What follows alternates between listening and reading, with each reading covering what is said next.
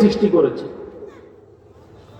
ইনি সেই আল্লাহ যিনি মানুষকে মায়ের পেটে লালন পালন করেছে।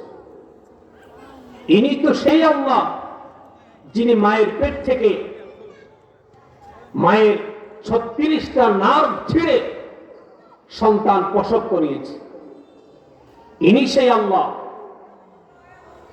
যিনি মানুষকে দুনিয়াতে চলার জন্য উপায়, উপকরণ, পথ পদ্ধতি নির্ধারণ করে দিয়েছে। সুবহানাল্লাহ বলবেন না?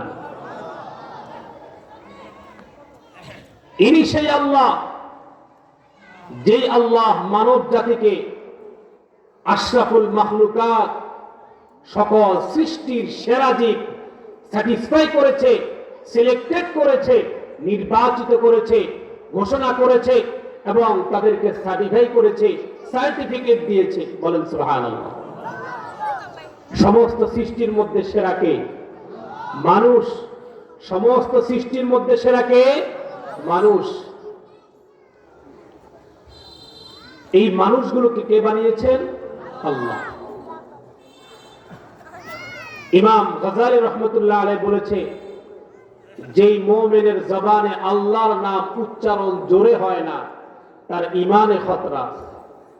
নাউযুবিল্লাহ বলবেন না? মুমিনের জবানে সবচেয়ে উঁচু আওয়াজে কার নাম থাকবে? আল্লাহর নাম।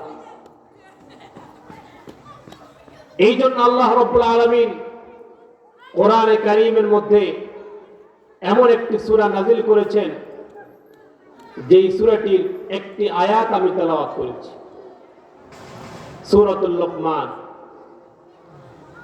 লোকমান আলাইহিস সালাতু ওয়াস সালাম একজন